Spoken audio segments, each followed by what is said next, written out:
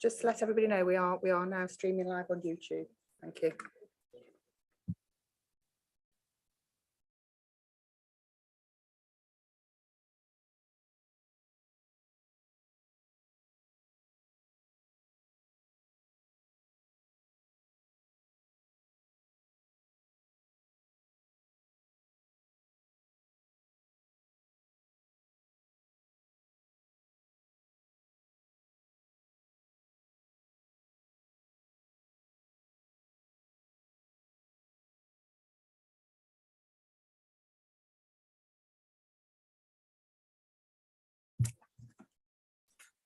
Good afternoon, everyone. Welcome to this meeting of the Planning Committee.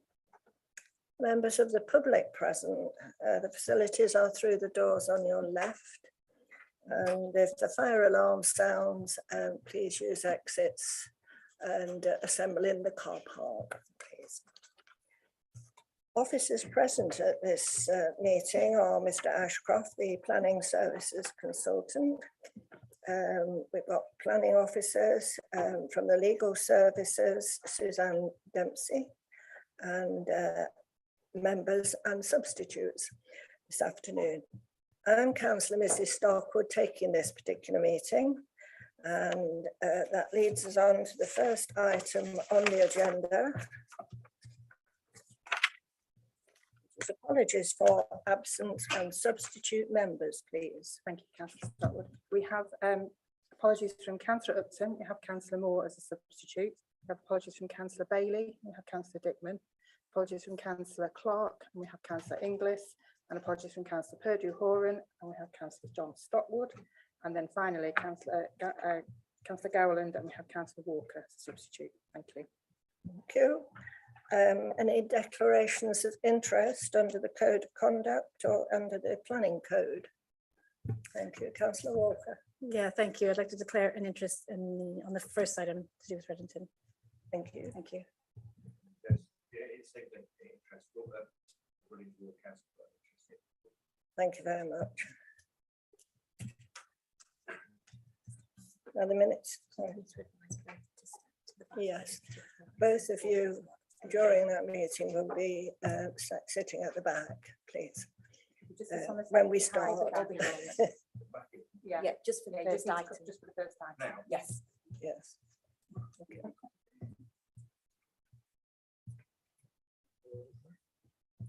Right.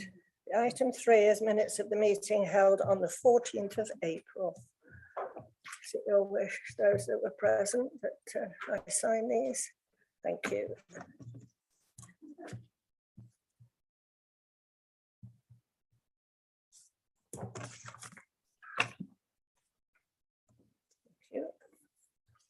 And so we move to the planning applications this afternoon.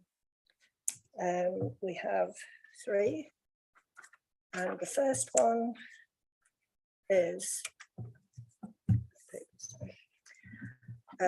land east of Loughborough Road, Reddington, application 21/0176804, application for the residential development of 24 dwellings and associated landscaping. The officer to take us through this presentation is Leanne Richardson. Thank you.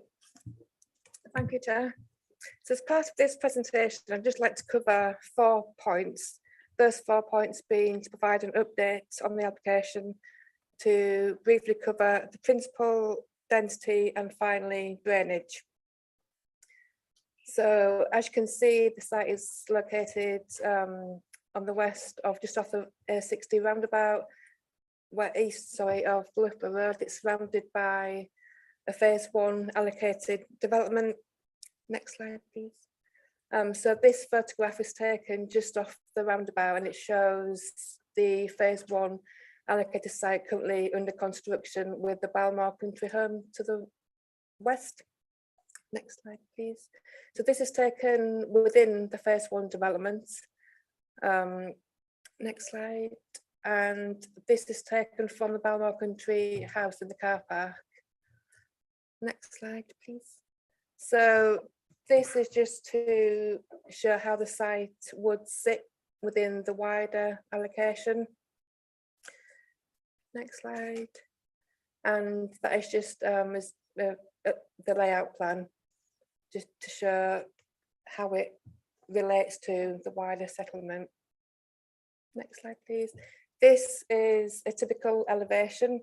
So the dwellings will predominantly be 2 stories high, with the exception of 1 bungalow and 2 2.5-story dwellings. Next slide, please. So in terms of the updates, we have received an ecological mitigation plan, which just basically shows that there'll be hedgehog highways running through the gardens of the properties. There will be bird and bat boxes provided. We've also received a representation objecting on the lack of street lighting within the site, lack of footpaths, and whether the southern access could accommodate a refuse vehicle.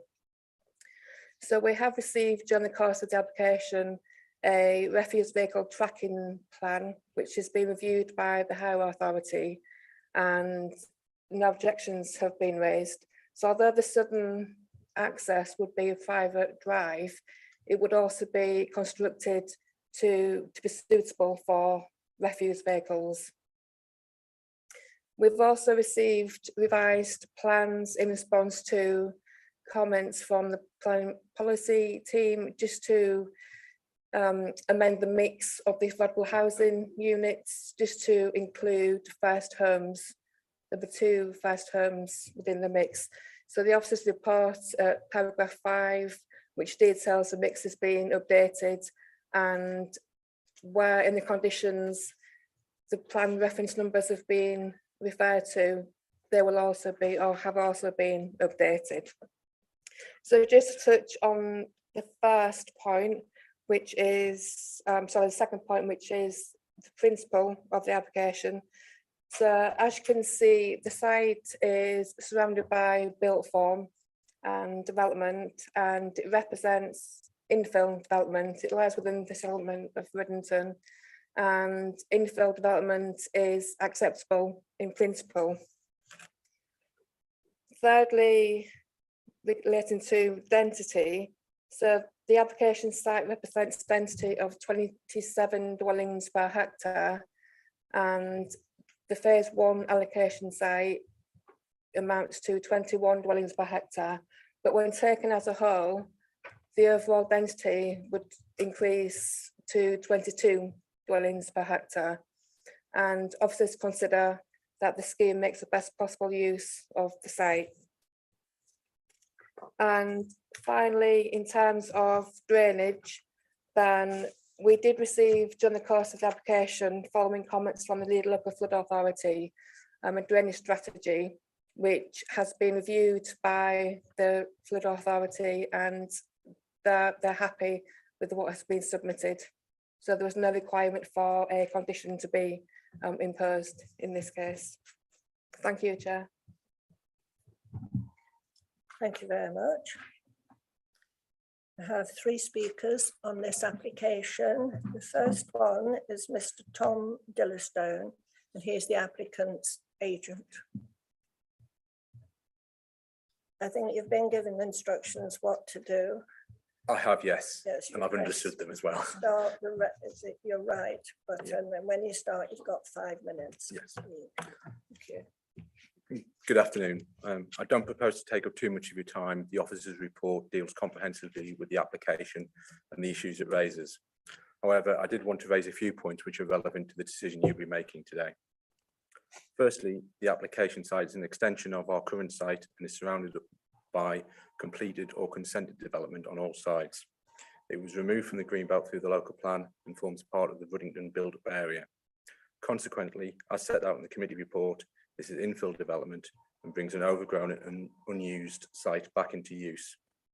While there have been objections due to a perception of overdevelopment, as the officer set out, the scheme is currently a density of 27 dwellings per hectare and is consistent with the consented scheme, considering that the ponds and open space will be provided on the consented scheme. The site will contribute 24 dwellings, including a policy compliant 7 affordable homes to the local housing supply without having to extend into the green belt or open countryside. This accords with the government's objectives in the NPPF to increase housing supply and protect the green belt. 75% of the homes will be smaller 2 and 3 bedroom properties suitable for first-time buyers, addressing need and widening choice in the local area. Subject to your decision, a section 106 will then be agreed. The committee report includes details of the contributions that will be made, including over £189,000 for local schools, together with contributions towards local health facilities and the new community centre. Our section 106 agreement has been drafted to include a key worker provision, assisting in addressing accessibility to affordable homes for police officers, nurses and others in what is an area of high housing prices. It was agreed with officers that biodiversity would be looked at across the entire site, including the consented scheme. Following the advice of the Borough Council's landscape officer, a non-native overgrown hedgerow will be removed and replaced by a native hedgerow and a number of trees, together with 0.45 hectares of open space.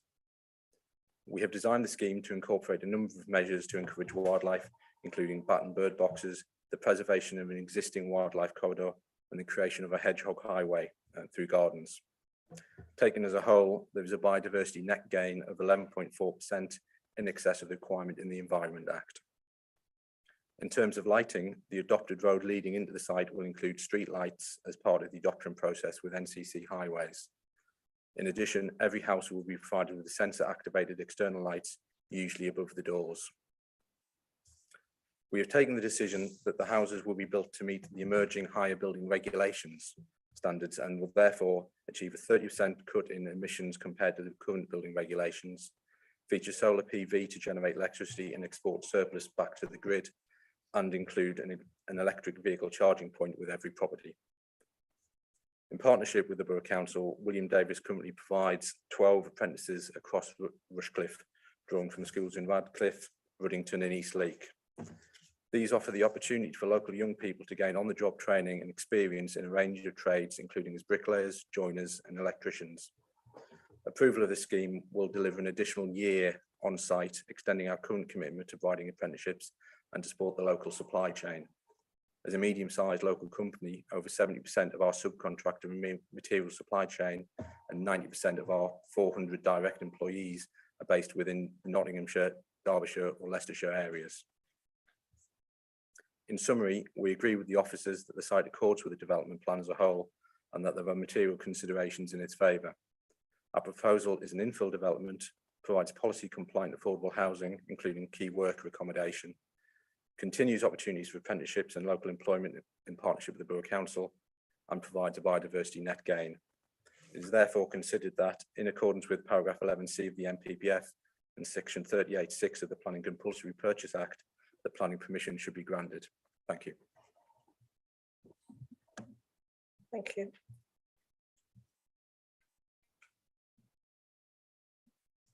Second person to speak is Mr.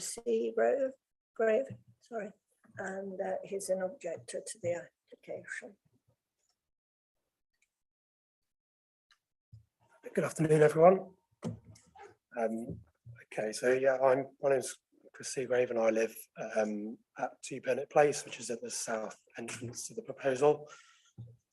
So as the photo that's shown on the screen right now shows, this is Burnett Place, which is currently a shared private drive to 5 properties. And the plan drawing, which is on the next slide, if you mind going on. So the plan drawing here shows Burnett Place at the bottom of the image, plus the south half of the proposed development.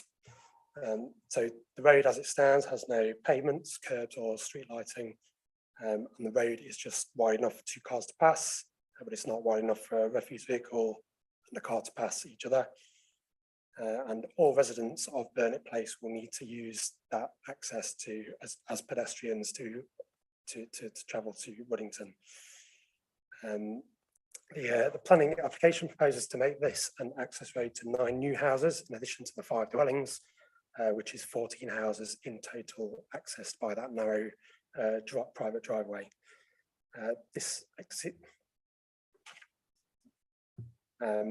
Apart from the north access road, this will be the only pedestrian and cycle access for the proposed 24 house development and the shortest road out to Loughborough Road. I noted that on the 25th of June 2021, the Highways Authority commented, the proposed extension to the private drive will serve 9 dwellings, totaling 14 dwellings served from the private drive. This exceeds the maximum number of 5 dwellings to be served for a private drive.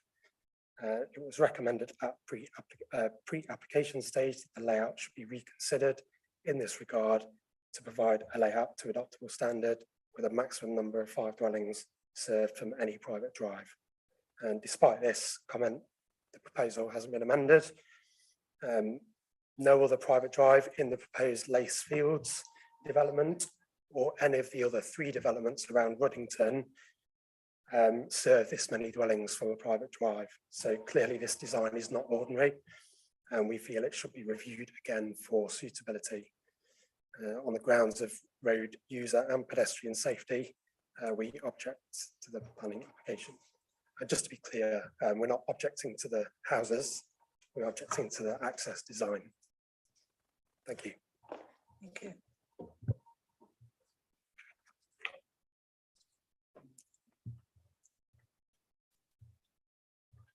Our third speaker is the ward councillor, Councillor Walker, please.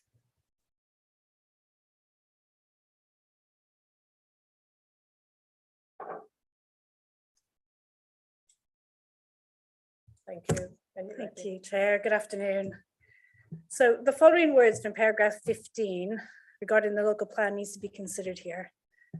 So of this planning document, it states, the local planning part 2 allocates sites across the borough for housing development and considers that Ruddington can sustain 525 dwellings in total adjacent to the village. To accommodate this growth, the local plan part 2 allocates 4 sites around Ruddington, which are removed from Greenbelt.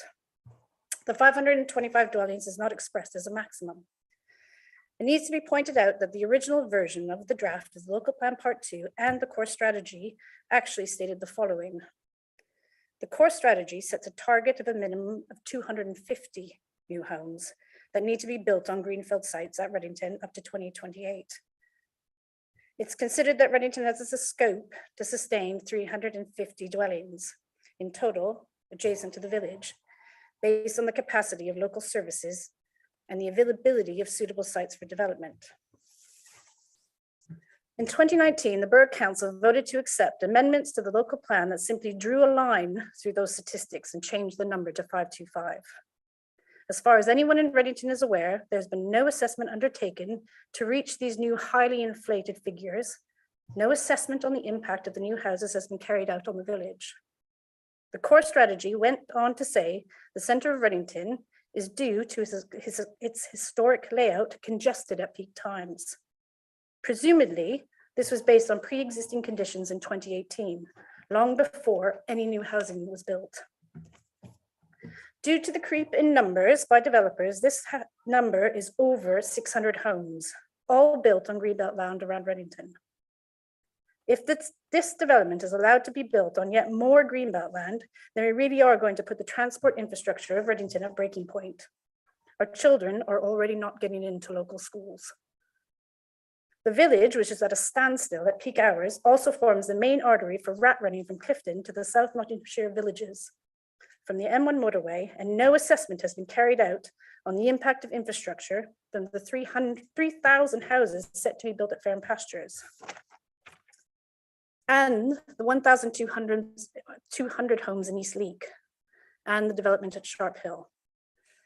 Many residents will use Ruddington as a cut through and add yet more pressure to the A60 routeway that cuts through the village.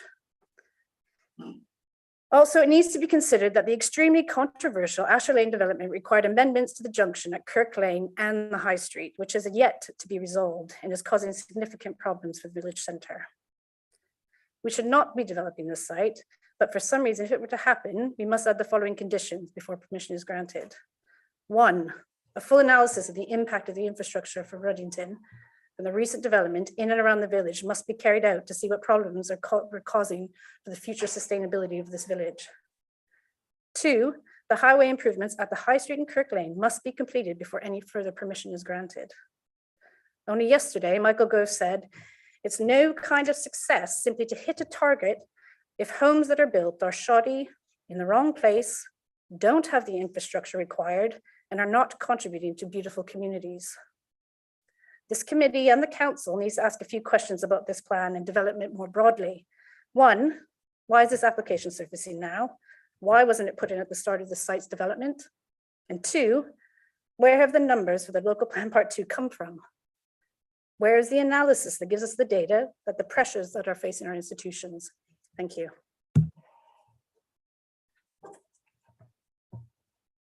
Thank you, Councillor. Right. Would you like to answer any of the points raised? Not necessarily at this stage, we'll just listen to. Okay.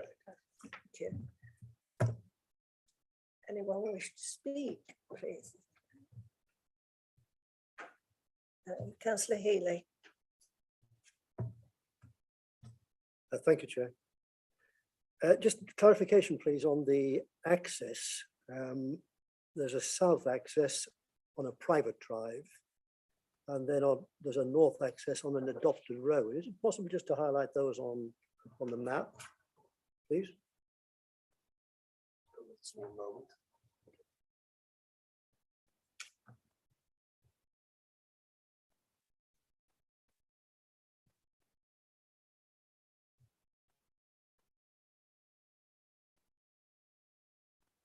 So the one on the bottom, I mean, we're saying a private drive. I mean, can we just clarify that? What we mean? There's 5 houses or 7 houses in there? Surely it's highway, isn't it, rather than a private drive? And if that is the south, that probably is the north access. Where is the adopted road?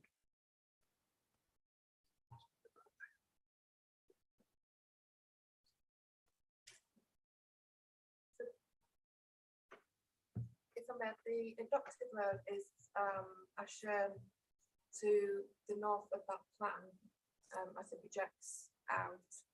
That will be adopted, and the southern drive, that will be a private road, but to an adoptable standard to accommodate refuse vehicles.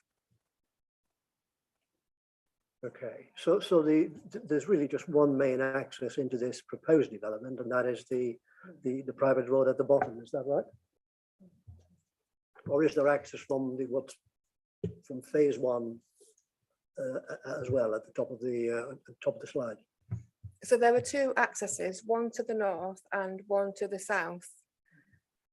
But halfway through the site will be closed off, so it wouldn't generate a rat run between phase 1 and phase 2. Okay, and I'm assuming there isn't access from Forth Lane, then, which is one of the main accesses into the current phase 1. Would that lead into this development at some stage?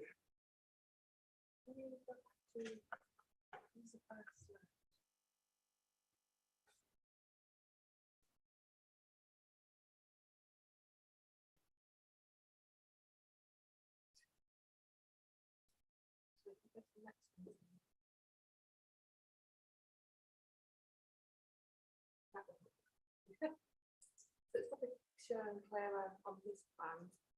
So the adopted access is through the north. So from the main roundabout, that will lead to phase 1 and phase 2. So, yeah. Thank you. So yeah, there's an access. So both sites, phase 1 and phase 2, will be accessed from the main roundabout. Some access will then take a left from the main road off the roundabout, and there's access to the access to the northern access will be around through the phase 1 and then down into the site. So to access the A60, there's really just one way in, one way out. Right. Is that right? Yeah. Okay, Okay. Okay, thank you. Could I just raise another point really, and that is to do with the bin collection. It's contradicting itself in my notes in that initially some of the properties were going to have cabinets to house the bins on the front of the property. But then later on, I find that there will be sufficient storage in the gardens to house all the bins and get them from the front of the properties, which I assume is correct. That's correct, yeah. Okay, thank you. Thank you for that. Thank you. Councillor Mason, you indicated. Oh, sorry. Councillor Thomas, please. Thank you, Chair. So basically, the access to the top half of the site is from the entrance at the top half, which will be an adopted highway, and the access to the bottom half of the site is through a private drive, and all of that will be private drive, even though the number of houses for a private drive recommended by highways is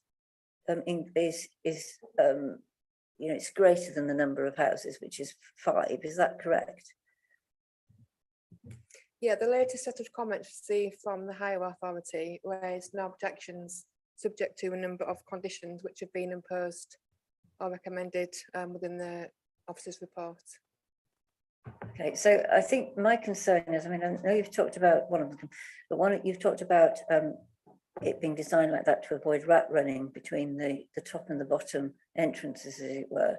But my concern is pedestrian and cyclist access between the top and the bottom of the site. And it has one of these, you know, highly inconvenient strips of grass across it that becomes disputed over time. And I'm not content that there is no at least footpath access, footpath and highway and cycle path access between the two sites. I think that in terms of connectivity, I think that would be preferable really.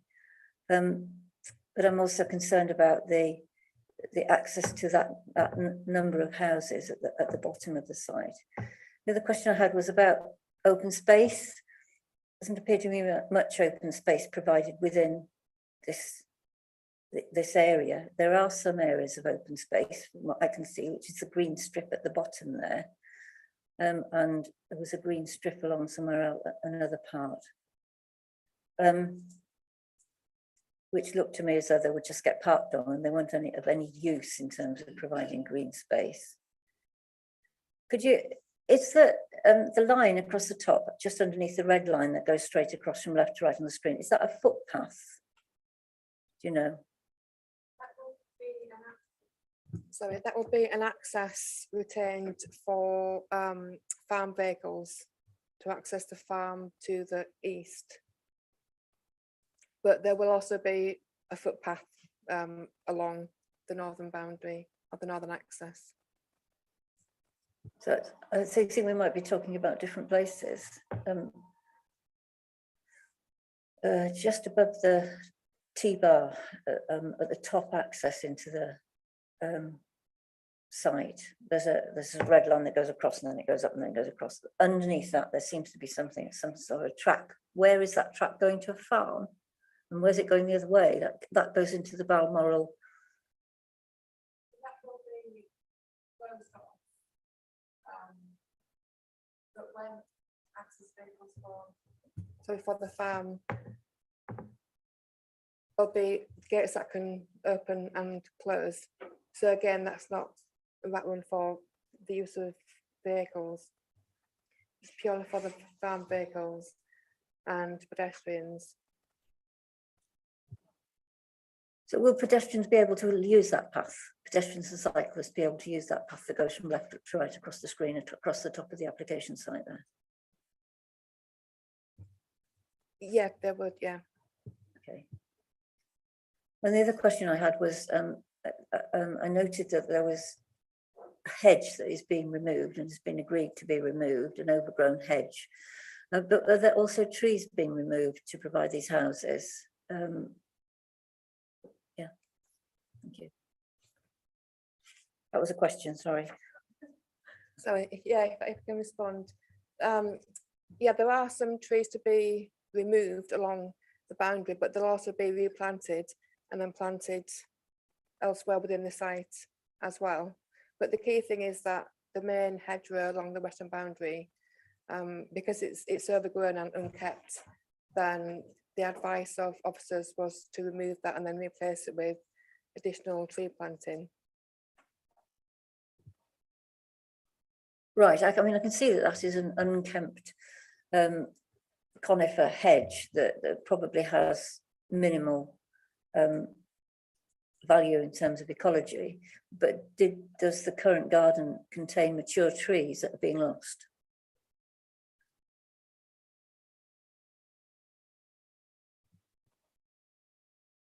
So can I just come back to you? Thank you. Thank you.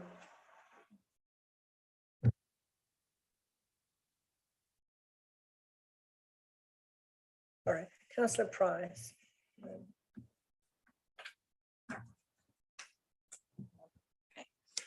Yeah, just to kind of follow up on the questions that have already been asked about the access, because I've been trying to follow exactly, you know, where the access is going to be. You mentioned that there were mitigations in conditions in place to make the private road serve 14 houses rather than the current 5. What are those conditions?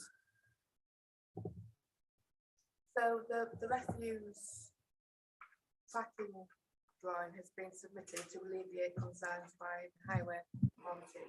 Our authority did recommend conditions which have been in place. These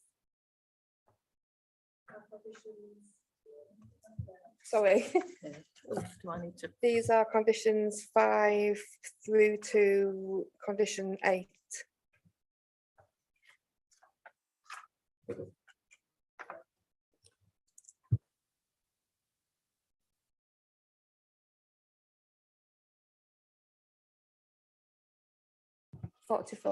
Page 44.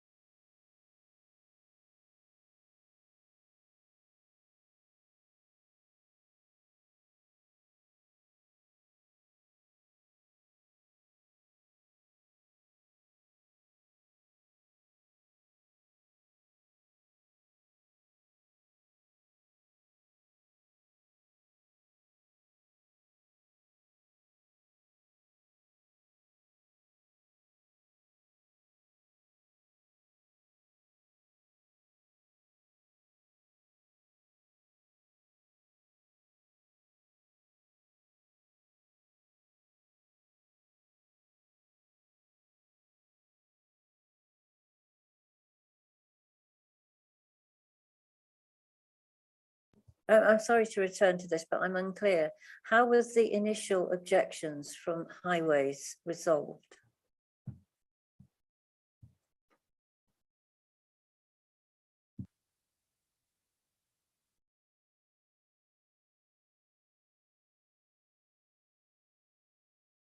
So I'm just trying to pick up the original comments.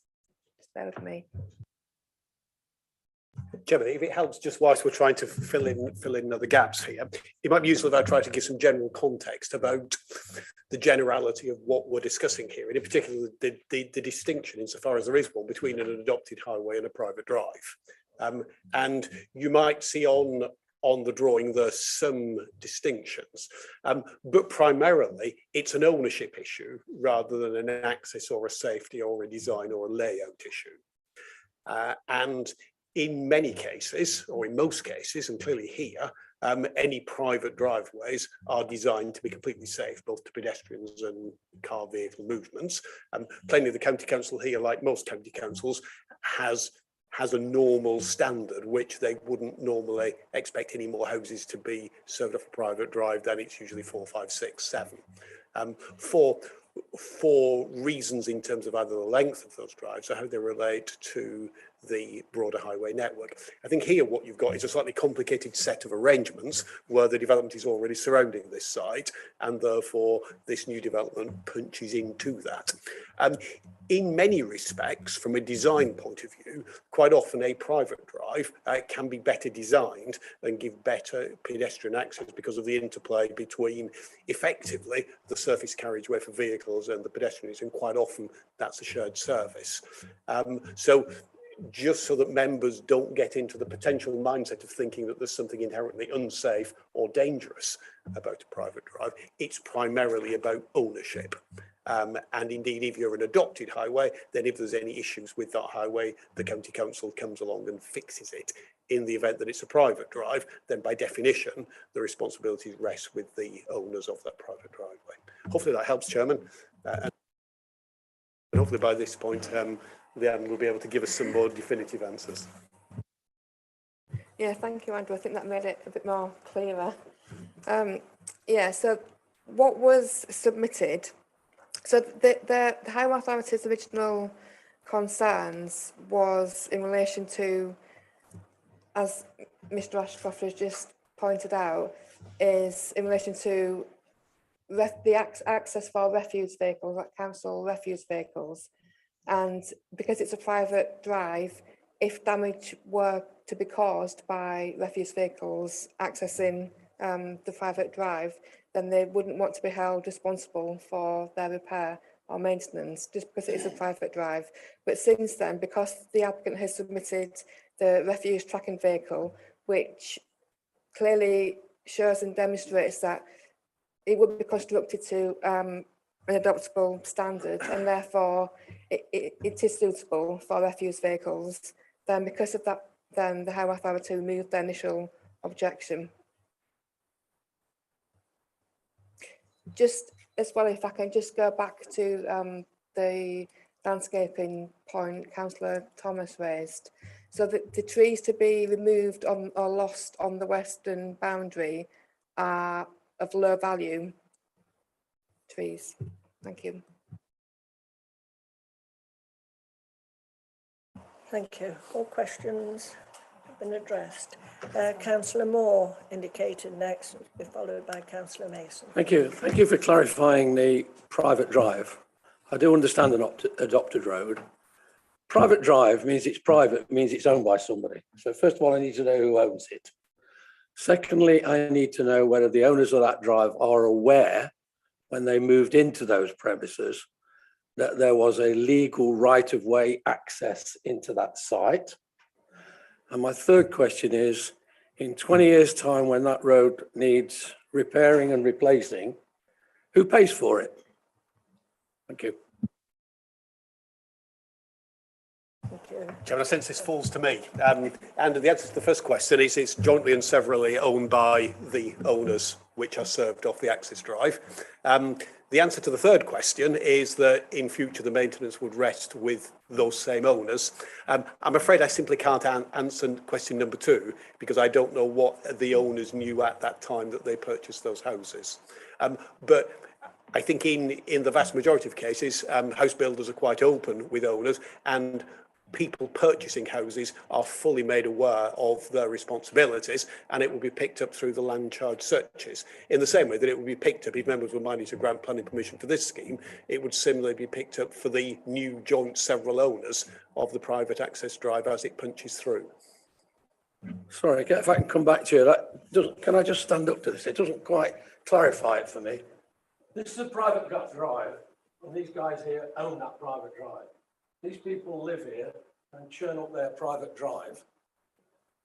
Surely they should have a legal charge put on all those houses to say, when we need to replace that drive, we pay for, we contribute. Because I've lived on a private drive and it's a nightmare. There was 15 houses on there and it needed resurfacing. And only 5 people eventually paid. And the rest of them said, oh, it's not my problem. Well, I don't want to know about that. So this is what I think. I'm not against the access to anything, but I think there needs to be some kind of legal charge on these to say, you've got to repair that drive? Sorry, I'm just perhaps being a bit pedantic about that point, but. And I think here it's a classic issue where the planning system can only go so far, and that becomes effectively a legal issue, and it's between the joint and the several owners of that drive.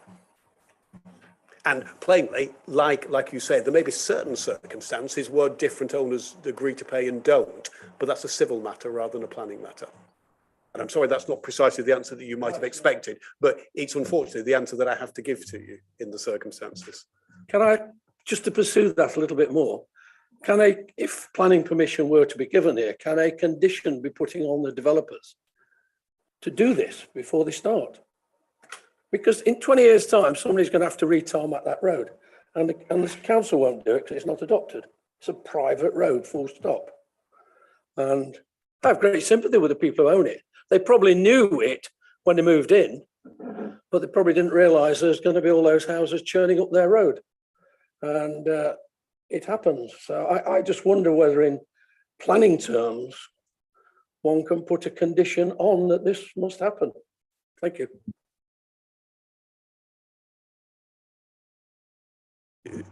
Chairman, in my view, that wouldn't pass the tests for planning conditions because it's a civil matter rather than a planning matter. And effectively, and I'll be advised legally if what I'm saying now is incorrect, but if my reading of this situation is right, the private drive becomes a bigger private drive and therefore more people have responsibility for it. And therefore, it doesn't really matter where they, in your language, where the hole appears in the drive, everybody is equally responsible for it. Served off the private drive. Yes. I mean, it depends entirely on how it's drafted legally, but I think the key point, as Andrew said, is unfortunately that isn't something we can consider as part of the planning application. Ask the developer whether there's a legal involvement in that for the future. We can't. Not allowed to. No. Sorry, I'm new to the But again, even if we could, it wouldn't be something we could consider as part of the planning process. Next, and then I think Councillor Thomas and Councillor Price wish to come back. Okay, thank you. Yes, my mind boggles about potholes, you know. What do you do with those? But my question has actually already been asked partly. The other part of it was that they mentioned a pedestrian access to an equipped play area and in the phase 1 development, and I can't quite see where the play area would be because we've been talking about open areas, and obviously a play area is. I just wondered where it was, where the access was, and yeah, just where is it?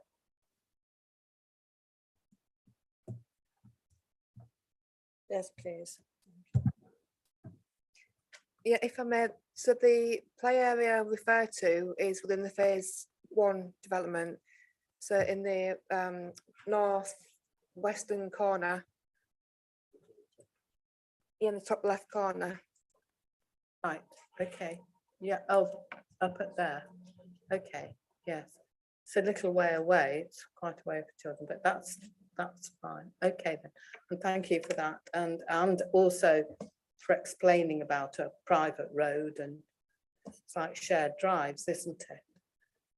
By us saying, yes, this is okay, do we have any liability for passing this application? No, we don't, do we? So we can just merrily say, yeah, that's okay, but we don't have any liability for doing that. Chairman, I wouldn't claim to be an expert on this, but I have actually once lived in a house that was off a private drive. And there is a fairly vigorous process whereby initially the drive is constructed by the house builder, and then there's a period in which it is gradually transferred over.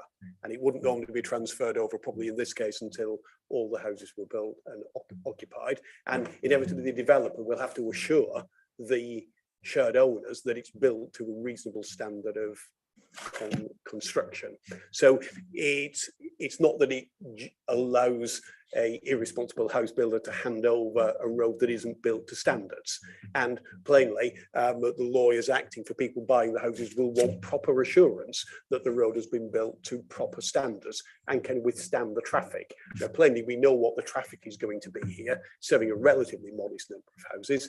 Plainly, it will be constructed for the service vehicles because we know it will be taking service vehicles. So it will be built on that basis, and the individual owners will be able to hold the house builder to account if it fails within a shorter period than would be expected. And indeed, most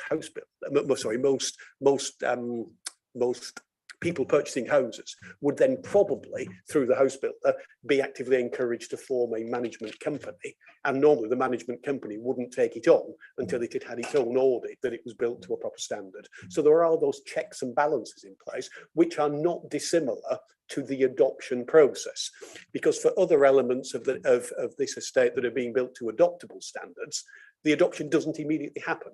And in our case, the county council would make appropriate checks before it adopts the highway. Thank you, Chairman.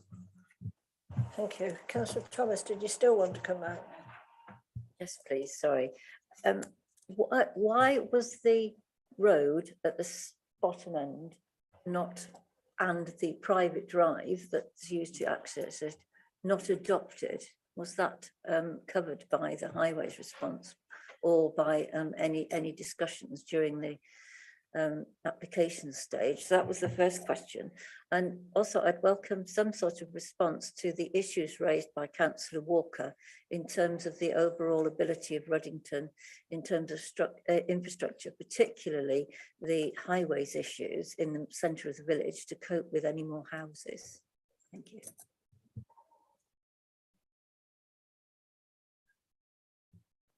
In terms of the private drive to the south, I don't have an answer, unfortunately. I'm not sure why.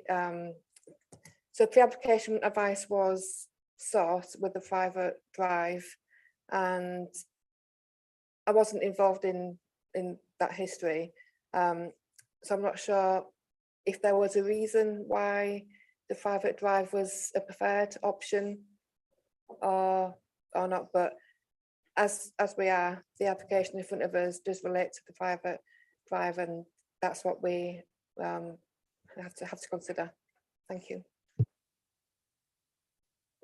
Chairman, in terms of the broader point, although just really to add to that answer, it's almost the standard, not standard response, but almost standard guidance to members that plainly members might speculate about why an application has come to you, but of course we're here to judge the application on its merit as it stands, and not necessarily to query whether the scheme might have been better if that private element was built to adoptable standards. In terms of the broader issue, clearly Councillor Walker has spoken in a very passionate way about her concerns, and no doubt the concerns of others about the capacity of Ruddington and indeed other parts of Rushcliffe to cope with the level of growth that is captured in the local plan. Plainly, the planning system is now plan-led, and whatever was the history and the evolution of the plan, we are now led by the plan, and it's not our or your role as a regulatory committee to necessarily scrutinise the adoption of the plan. We are here to make decisions based on that plan. Plainly, in Ruddington, as in elsewhere, there will be peaks of traffic. There are broader mitigation measures now in place. I actually see on a week-to-week basis how our monitoring officer is receiving SIL and Section 106 monies coming in, and how we've got a very proactive programme of upgrading infrastructure in the borough to bring forward the mitigation in the borough that was anticipated within the plan. What you'll also see in your report, for those of you who are looking at it electronically, it's from page 54 onwards. I think in printed version it's 51 onwards, about effectively the draft heads of terms here, where you see what reasonably the council has requested from the developer, and what properly and sensibly and responsibly the developer has agreed here. And you've got the traditional contributions towards the primary school, secondary school, affordable housing, health, sustainable travel contributions, community centre contributions. So there's that traditional package where this application and this developer is making proportionate contributions based on the size of this scheme.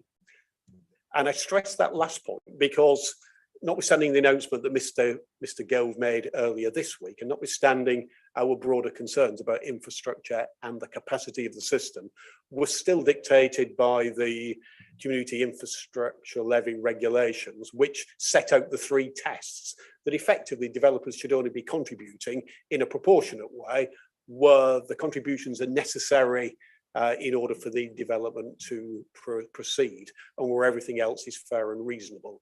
And I think what you have here is a very fair and a reasonable package. And inevitably, it's not for this developer to mitigate existing problems. It's for this developer to contribute to this broader package of infrastructure measures, which the plan anticipates and which I see happening on a week-to-week basis. Thank you, Chairman.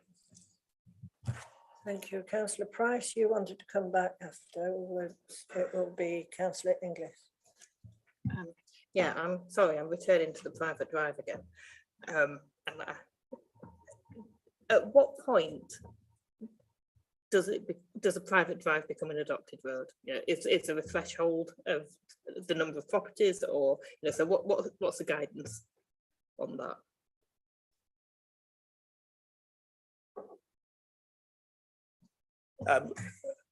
If something is shown on the application here as a private drive, the assumption is that it would always remain as a private drive.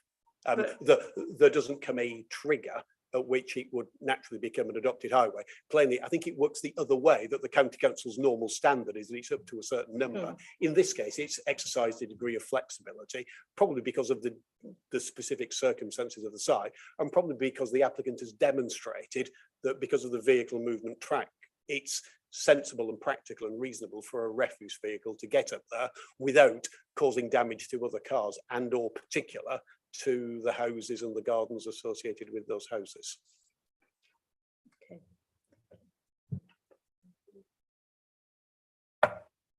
Thank you. Could you put the microphone off, please? Thank you. Right, Councillor English, please. Thank you, Chair.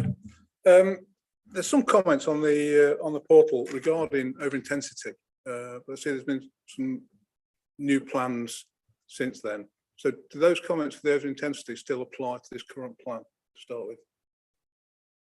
It's the same number of dwellings proposed from first submission to what we're assessing right now. Okay. So I'm surprised it's not been mentioned because it's the statutory bodies with the parish council and the ward member herself, Councillor Walker, has mentioned the over intensity of the plot.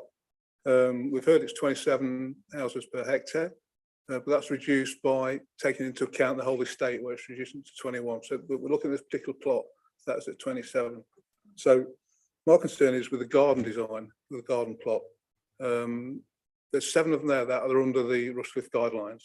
So that's almost 30% of the plot is having sub-sized gardens. So whether it's an observation, it's a question or a concern, is why we're not building to those minimum requirements, why we're not allowing for those requirements to be adhered to. And if they're not, is that part of the over intensity? Because the gardens have got to be smaller to put the houses onto the plot.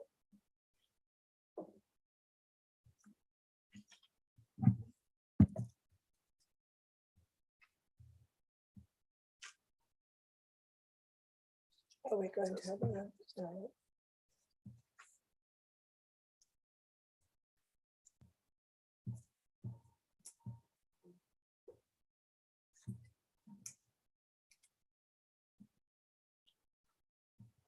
Just whilst so the applicant has submitted the garden compliance plan, which I'm just trying to gain access to. But I do know some of the gardens are just under 10% less than the standard.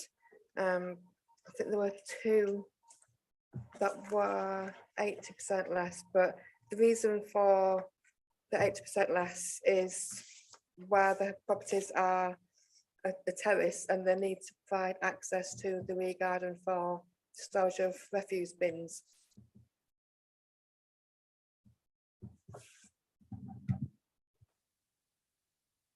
And Chairman, with that point in mind, plainly it's right that members look at your own standards, and plainly we want to grant planning permission for schemes which meet with our own standards. I think really the broader point here is, and it's not that I'm discouraging you from looking at particular standards, but I think here it's a classic case where you need to look at the site on its merits as a whole.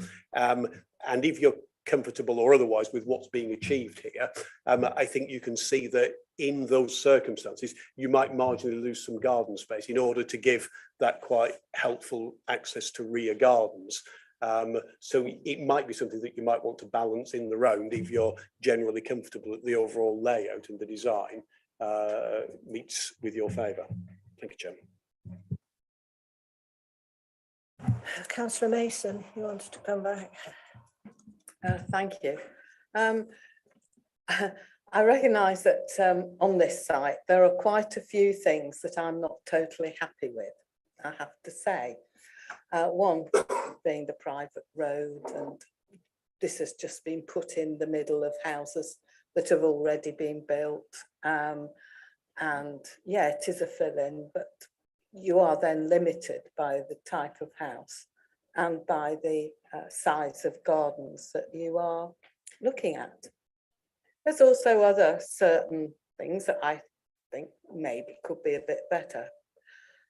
But we are, as they say, where we are, and we have to look at this as to, is there something that we can turn this down and use?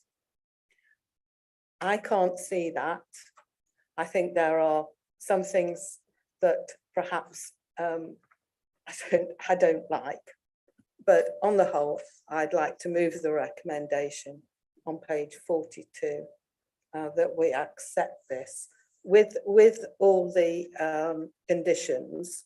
And if anybody wants to add any other conditions, I'm willing to approve those as well. But I can't think of them at the moment.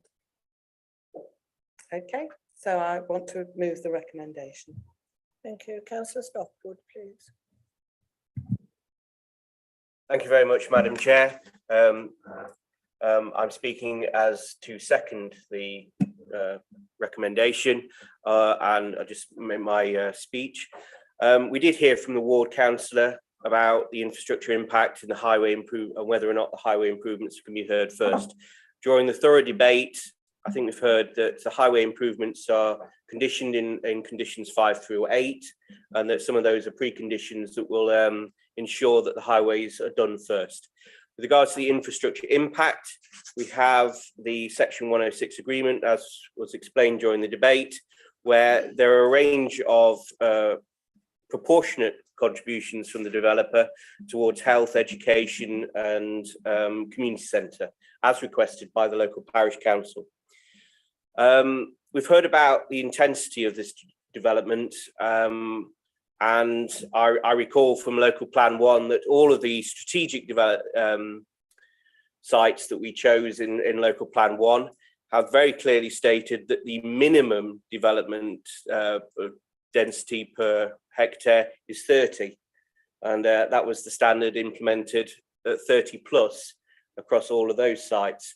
I think the fact that this is dwellings is 21 dwellings per hectare in these smaller sites is perhaps better reflects the smaller sites that are popping up across the county. With regards to the landscaping impact and the loss of trees, we have heard from the developer that there will be a net biodiversity gain for this site of over 11%, which exceeds the new standards being brought in for their improvements to biodiversity from development. We've heard the very difficult situation with regards to the planning situation and legal matters that are outside of planning policy. Unfortunately, as a committee, we can only consider the policies before us, and the legal matter of the ownership of the private drive and how it will be maintained in the future. I'm grateful that the mover of the recommendation suggests that we could perhaps amend the conditions, perhaps a note or informative with regards to the developer to very strongly consider to having a thorough and fair agreement for the future maintenance of the private road would be an informative that we could add to that recommendation. But it does come down to the point that when we consider an application, we've consulted the statutory consultee, which is the Highways Authority, and councillors on the planning committee will be aware that when the Highways Authority provides no objection, it's very difficult for the committee to then say that they object, even though, well, when the Highways Authority says they have no objection. So I think taking in the round, it's a challenging site, an infill site in a wider development that perhaps could have been master planned, I think was the debate we had in over many years. But taking into account what policies we can actually implement, the policy position of the council, there are some positives regards to net gain and community contributions, and that on balance that the application should be, I suggest the application should be considered, and I hope the move of the motion will support the minor modifications to the conditions that are made in the late representation document, which regards to some clarification of precise details which have been agreed with the archaeological officer. So I'm happy to move the recommendation plus any late representations conditions as advised by the officer, plus an informative that we very strongly consider what happens regards that private drive, because I think that's a very clear issue that's come through in the committee debate, and I'm happy to second the recommendation. Thank you. Thank you. I think we've covered all the points. Yes, well, as it's been said, are you in agreement with what your seconder has suggested about an informative? Yes, yes, I am. Okay. Yeah, right. We'll go to the vote now. We have discussed this one quite thoroughly. It is on page 42, the recommendation that the Director of Development and Economic Growth is authorised to grant planning permission subject to the prior signing of a section 106 agreement and the ensuing conditions of 1 to 21 with the addition of the informative. All those in favour, please show.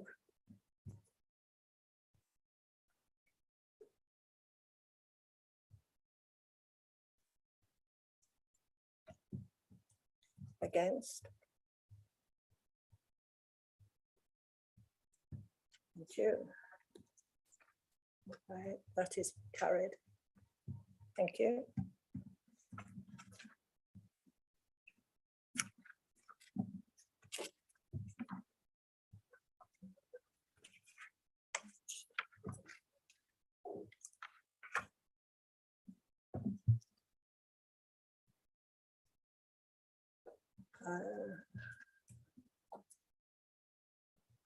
Are they swapping seats?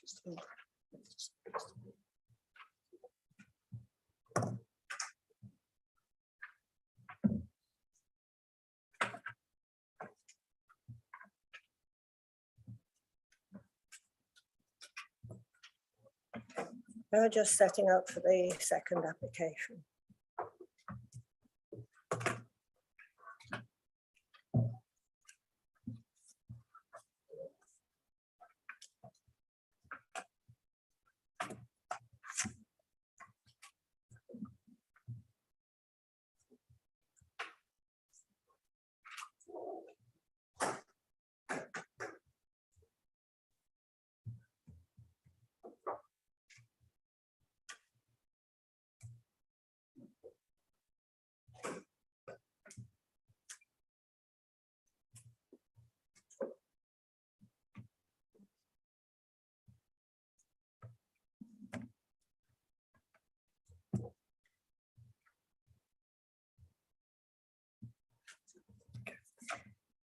Okay, thank you. This application is on page 55, 21/02484/4. It's for 2 Cambridge Road, West Bridgford, 2-storey side and rear extension. And the presenter is Ronan Kelly. Thank you. Thank you, Chair. Yeah, just to re-echo those points again, applications for a 2-storey side and rear extension at 2 Cambridge Road. You can see from the plans there just where it's sited and located, and context to the wider area there. Next slide, please. So that is the application site itself there. It's a 2-storey detached property. You can see there's a white render finish on the front elevation with a brick finish and that on the sides. The rear photograph there can demonstrate still a relation of the site itself with the neighboring properties. You can see that there's an outbuilding there sited along the shared boundary with number 4, which is the property on the right hand side. And then also there's a 1-storey rear element there in relation to the property itself there at number 2. Next slide, please. This is a photograph taken from the rear of number 4, which is the neighboring property, viewing into the application site itself. And it kind of sets out and kind of illustrates, I suppose, the relationship between the 2 properties. You can see that there's a wooden fence there, which kind of along the shared boundary, which is approximately about 1.8 meters in height. And yeah, that's the defined shared boundary at this moment. Next slide, please. That photograph demonstrates the rear of the property at number 2, sorry, of which there's a depth of 23 meters within the property itself. Next slide, please. Before I go on quickly, just to describe the proposal itself, there's just a few points I want to make just within the report itself here. The details of the proposal are outlined within paragraphs 3 to 6 within the committee reports. One point to kind of draw upon here is the site history, of which a planning application was previously submitted on the reference 15/02225 FUL, of which planning permission was granted for a 2-storey side and rear extension. This permission was not implemented. Quickly, just a quick synopsis of the representations. One ward member has objected to the proposal on grounds of potential overlooking at it. Then within paragraph 11, there's 2 objections that have been received from the wider public.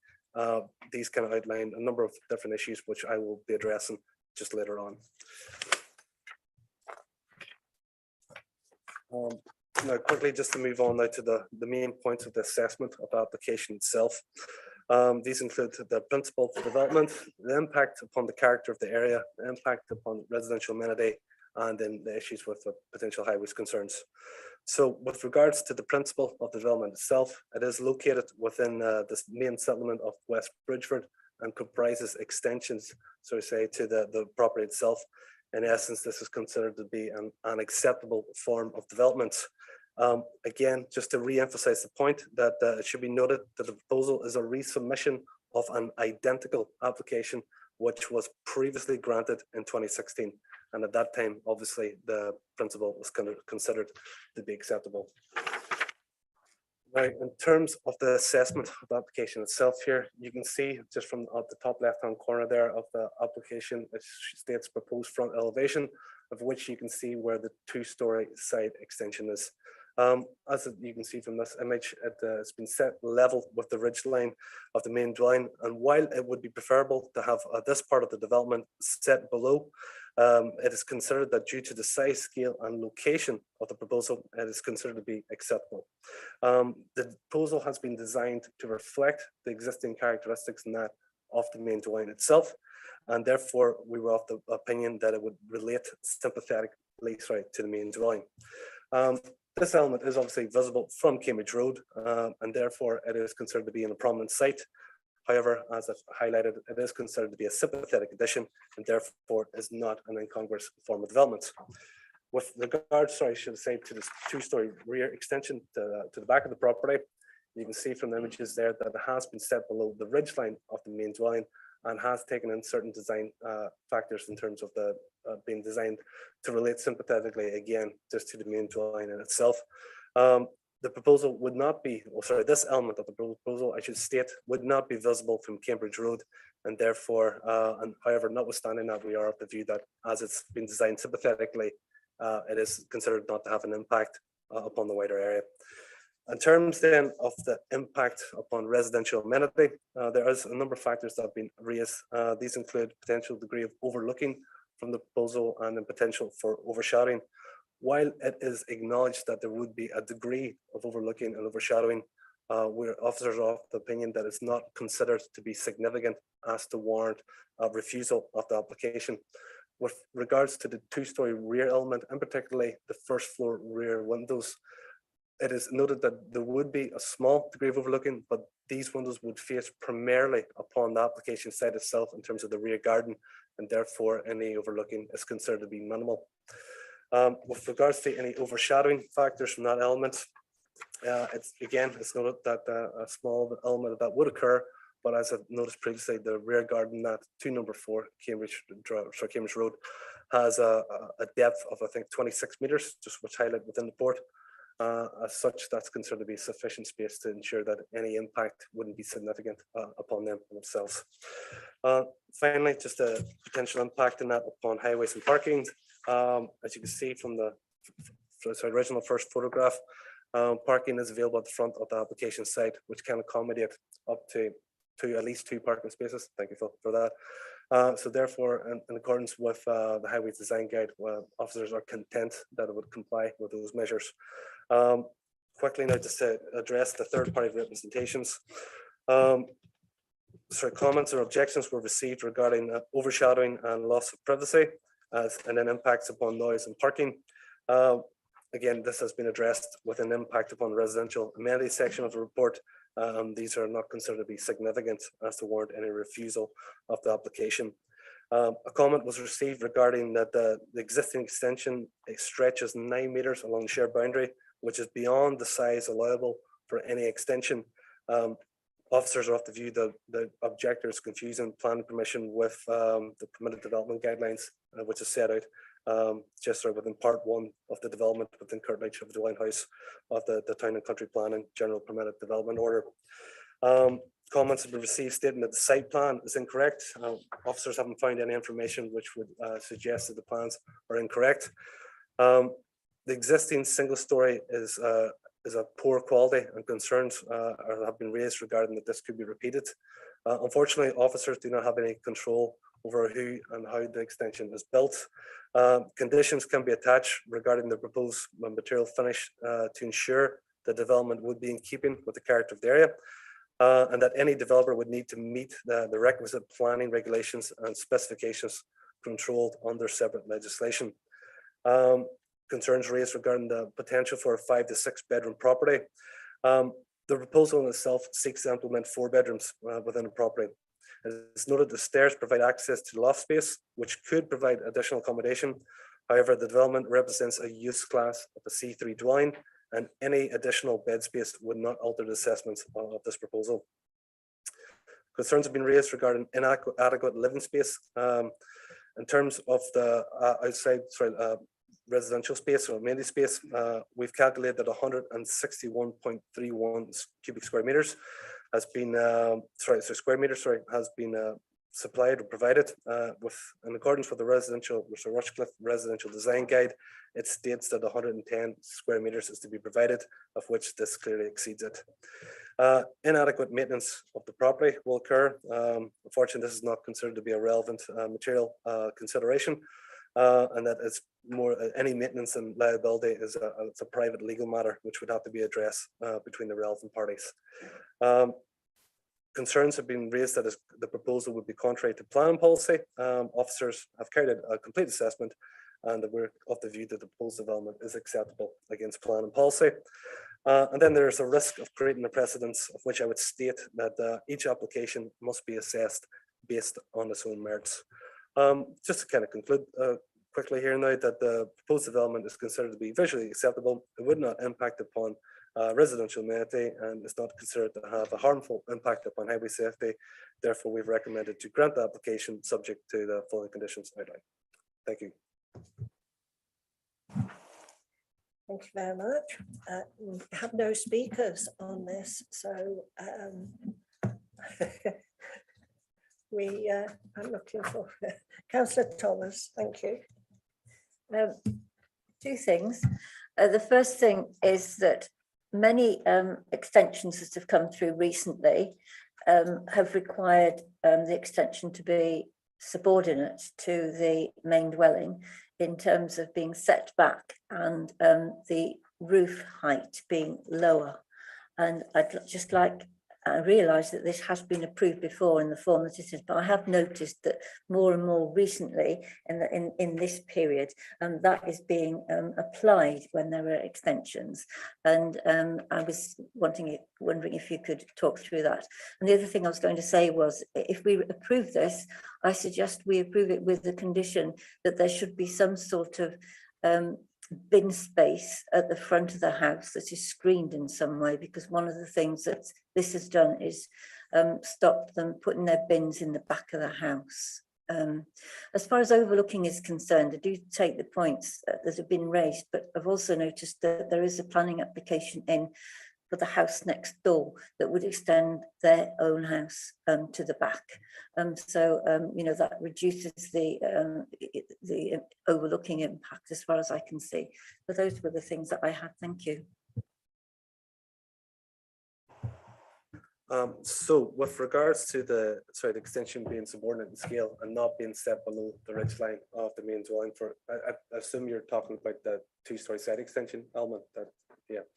So yeah, while we acknowledge that their point, and it's obviously something that the council looks to implement in terms of the Rushcliffe residential design guide, but in terms of the proposal itself, with the extension being set level with the main dwelling itself, it allows for the existing gable features in that there to be read, I should say, concurrently with the application itself.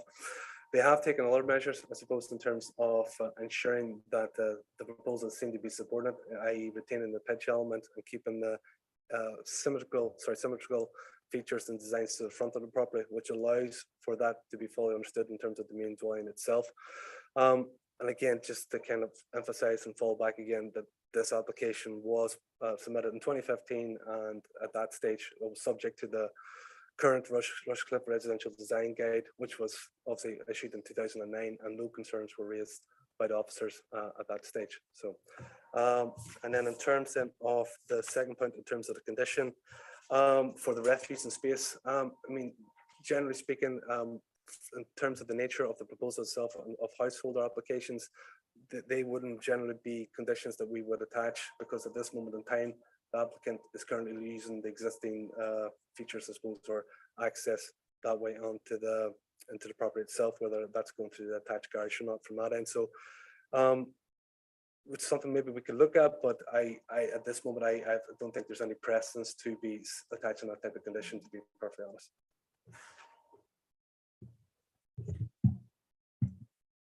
Thank you.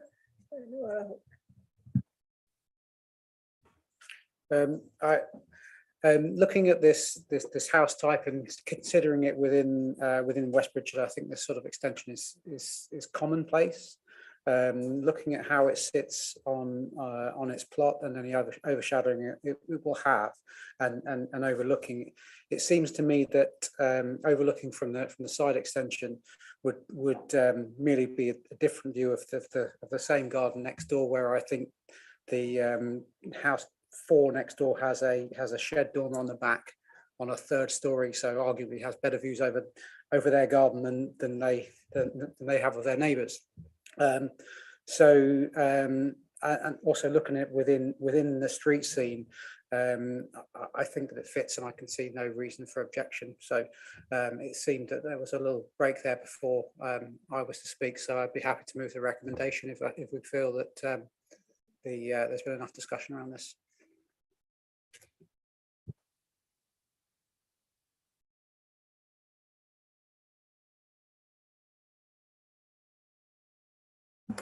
I think Councillor Gray has summed it up, that the mass scale and design of the development is appropriate within the guidance, and having considered the guidance and policies of the council. Thank you. Anyone else wish to speak? Councillor Mace. Have I missed something? Has anybody moved the recommendation? Yeah, I'll second. Did you second it? No? Yeah.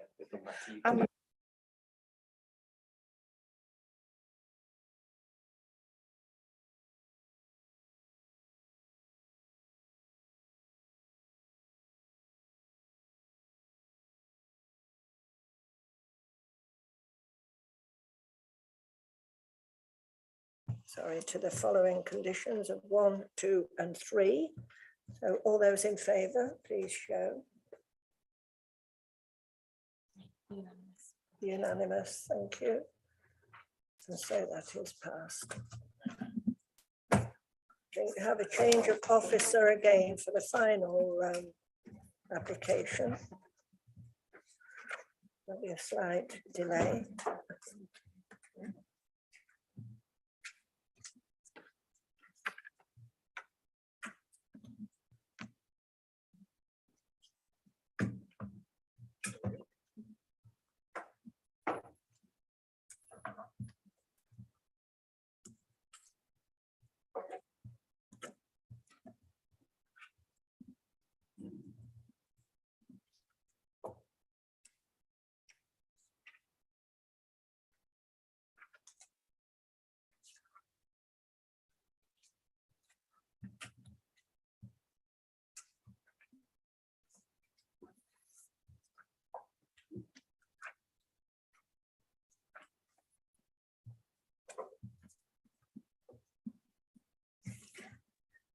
Thank you.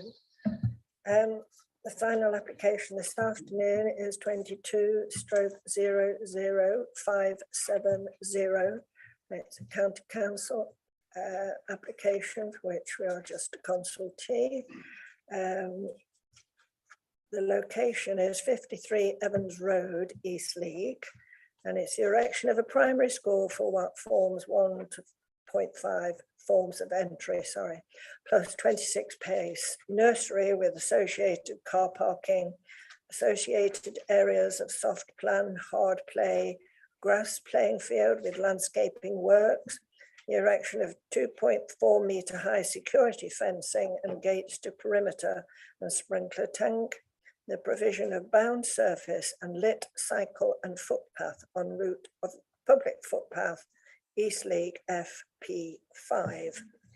And Leanne Richardson has come to present this one. Thank you. Thank you, Chair. So, as members are aware, this is a county application and we are just a consultee. Plan permission has been granted, or outline plan permission has been granted previously. So the principal of the school is already established. So this photo is taken from the construction site along Webstone Road, looking towards where the school will be sited.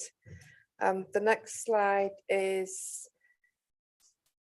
so as you can see, it's the field that you can see is where the temporary school will be constructed. And as part of this current application, it will then result in a play area or hard pitch, and then the woodland or the school will be beyond the woodland. This photograph shows the access of the public right of way towards the school. And the last image is looking east towards where the school will be sited. Next slide, please.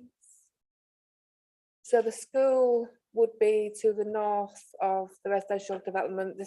The school building itself is sited in the same location or similar location to that already granted under outline consent. Officers have been in discussions with the county council and can provide a number of comments. So firstly, in terms of the need for the two-form entry school, so the current application relates to 1.5 form of entry, but the reason being is that there's no requirement or there's no need now to provide a 2 farm inventory, and that's why the scheme now proposes 1.5 farm inventory. Other points to note following discussions with the County Council is in terms of an area for parents to collect their children on pick up and drop off times. There would be an area to along the footpath for parents to congregate to allow the appropriate pickups. In relation to electric charging points, then there would be 4 points in total. So 2 separate and 2 within the disabled parking bays, and all other parking spaces would have ducting to allow for future expansion or provision of electric vehicle charging points. Also, there would be a hedgehog highway running along the perimeter fences. Whilst not providing solar panels, just due to the cost and or proximity to the airport, the county have provided a number of alternative sustainable solutions, which is outlined in more detail in the late observations report. But just briefly, the measures include, for example, high efficiency electrical and lighting equipment and air source heat pumps, high levels of thermal insulation and energy performance rating B. Provision for buses, this was considered as part of the outline application. Buses being like purchased to pick up children for external classes like swimming, dancing, etc. But there was no requirement, or the Highway Authority considered there was no requirement to provide such facilities. And then in terms of emergency vehicles, then the footpath, whilst not intended for that purpose, it could be used for emergency vehicles. And then the next couple of slides just show the elevation drawings. So the top slide is the entrance of the school, and the bottom elevation is, or would be the rear elevation, and the next slide just show the side elevations.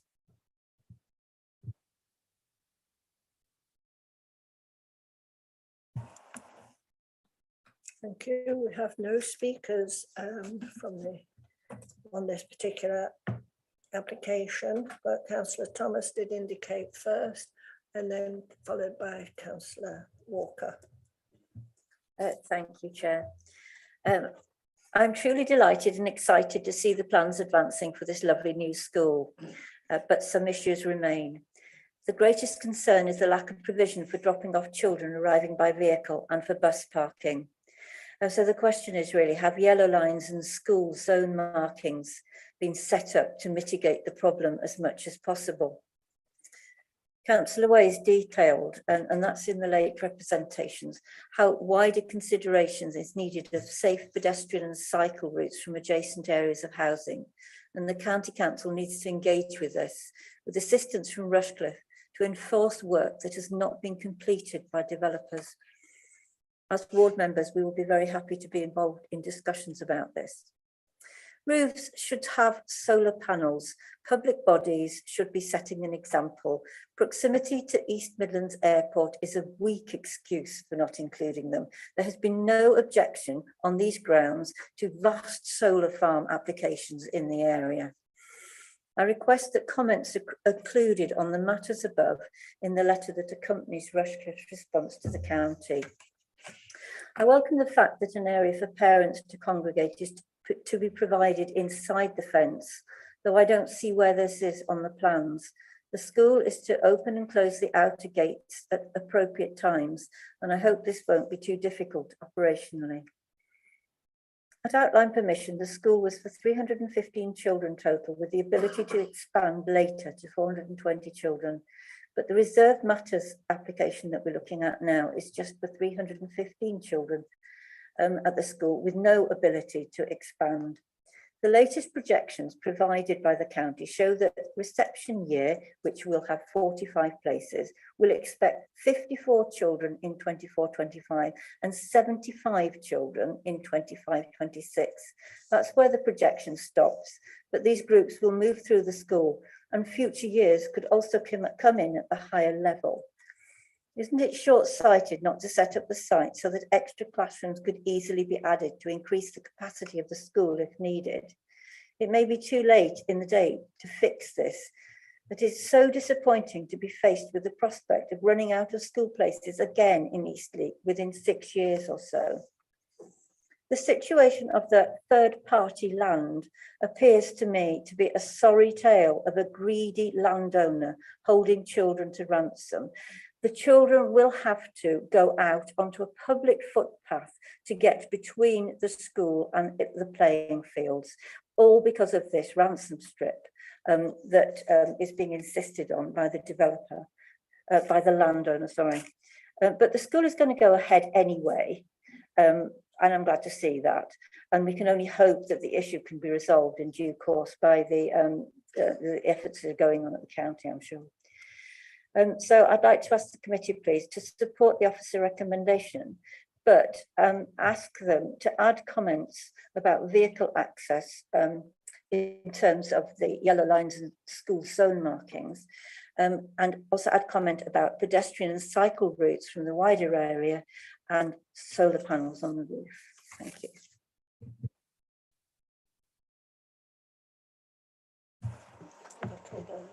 Yes.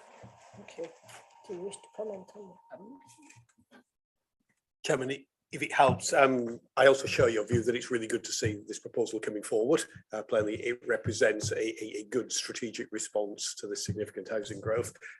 Certainly, in terms of those issues that are being suggested that we include in the recommendation to the county, I'm more than happy to do it. Plainly, I don't think it will be necessarily right for this council to be expressing views over the issues of access to third-party land. But my understanding is that you included it in your comments, but not in the list of items. So on that basis, Chairman, we're very happy to include that in the package that would go to the county. Thank you, Mr. Ashcroft. Councillor Walker, you wish to speak. Yeah, thank you, Chair. Just wanted to kind of put my basically your comments. I agree completely. And so if we're going to put it to the county, then that's brilliant. That's great to hear. But I do need to kind of raise the point about the solar panels in the East Midlands Airport argument, because it is completely weak. I'm sure many of us have been in airports where there are solar panels next to it, and I've seen it myself, or I've seen them. I've been on a plane, I've looked to the left, and they're there right next to the airport. So this kind of misinterpretation of where these solar panels are going, it's got to stop. It's got to stop being on our documents, to be honest. And also, I've specifically spoken to a solar panel person about this, and they said solar panels are there to absorb light, not to reflect it. So it would not be a very good solar panel should it reflect lights for planes. So I think we do need to kind of delve a bit deeper into that, because that is an absolute weak excuse. Thank you. Thank you. It has been pointed out to me that Councillor Moore wishes to speak. I can't see him where I sit, so I have to be That's why nudged. we're nudging everybody to say what to speak. Thank you. Right, well, I chair Eastleigh Growth Board, and this school has been on our agenda for, seems to be an awful long time now, and is well overdue. I thought it'd be built sometime this year or early next year, but it is overdue. And I think Councillor Thomas makes some incredibly sensible comments on this. I've been involved in one or two new schools, one in my own ward, where we've demanded pedestrian and cycling green routes to and from the school for the children. I'm not over keen on people driving the cars 200 yards to pick the children up from school, but we should make it easier for an area like Eastleigh, which is now spread out. So I think that's a very, very valid point about how you collect the children.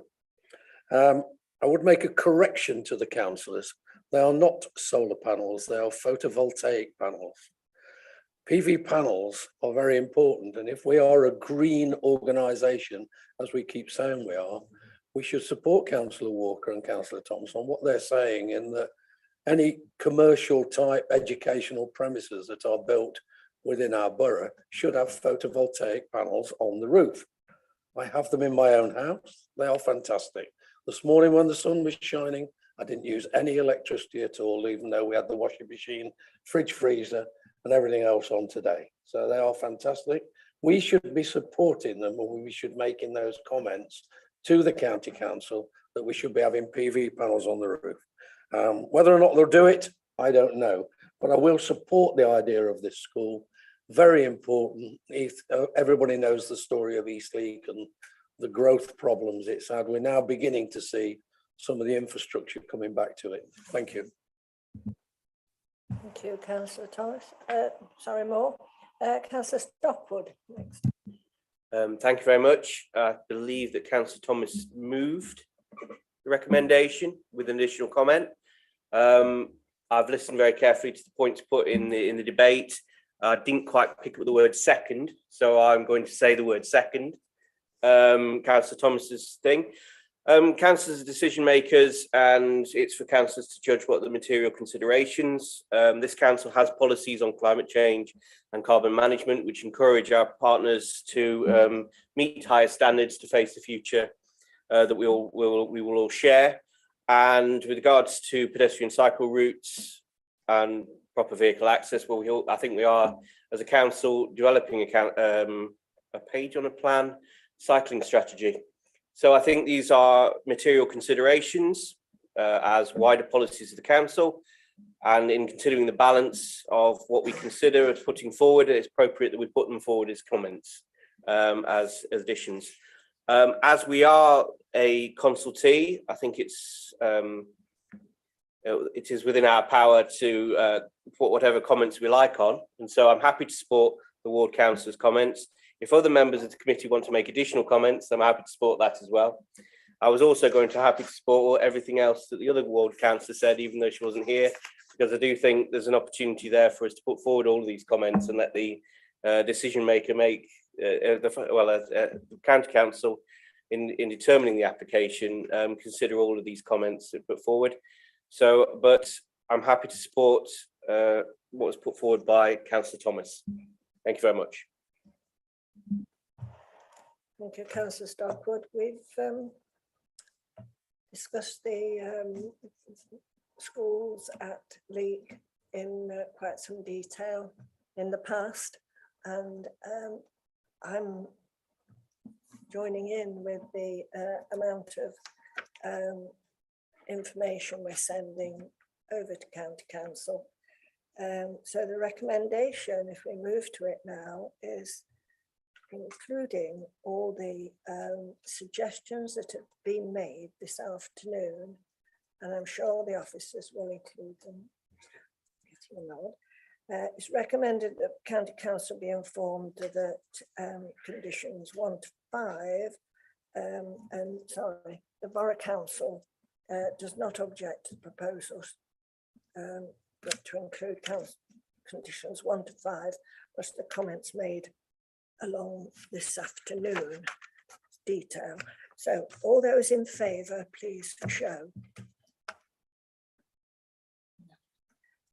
Another unanimous one. So that's the end of this afternoon's proceedings. I want to thank you all for your attendance, especially the substitutes who I think it's the most substitutes we've had at any meeting, but you seem to have come along with good knowledge, so I thank you for that. A safe journey home. Thank you.